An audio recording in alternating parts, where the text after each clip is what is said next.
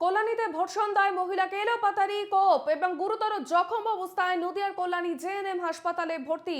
কী কারণে মহিলার ওপর হামলা তা তদন্ত শুরু করেছে পুলিশ। কল্যাণীতে মহিলাকে এলোপাতাড়ি কোপের অভিযোগ উঠছে এবং গুরুতর জখম অবস্থায় নদিয়ার কল্যাণী জেএনএম হাসপাতালে ভর্তি করা হয়েছে তাকে।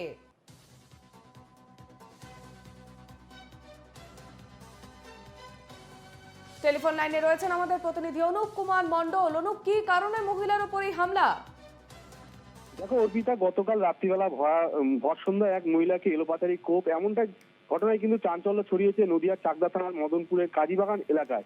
মহিলার নাম হচ্ছে মালতী বিশ্বাস, বয়স হচ্ছে 45। গুরুতর জখম অবস্থা থেকে কল্যাণী জেএনএম হাসপাতালে ভর্তি করা হয়েছে। সূত্রে যেটা জানা যায় যে যখন মহিলার ছেলে কে কেন্দ্র করে দীর্ঘদিন ধরে প্রতিবেশীর সাথে ঝামেলা চলছিল, সেই ঝামেলার জেরেই কিন্তু গতকাল রাত্রিবেলা তাকে এলোপাতাড়ি কোপ দেয়।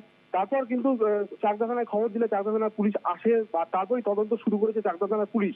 তবে কে বা কারা রাতে অন্ধকার এরকম ভাবে তাকে কুপিয়েছে তারই তদন্ত শুরু করেছে চাকদা থানার পুলিশ। এখনো পর্যন্ত কাউকে গ্রেপ্তার করতে পারেনি চাকদা থানার পুলিশ। অর্পিতা, অনুপ, পরিবারের পক্ষ থেকে কি জানানো হচ্ছে?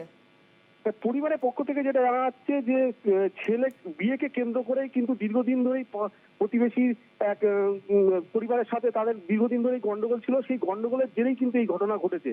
তবে কি কারণে এই ঘটনা ঘটেছে তারই তদন্ত শুরু করেছে চাকদা থানার পুলিশ। একেবারেই ধন্যবাদ অনুপ।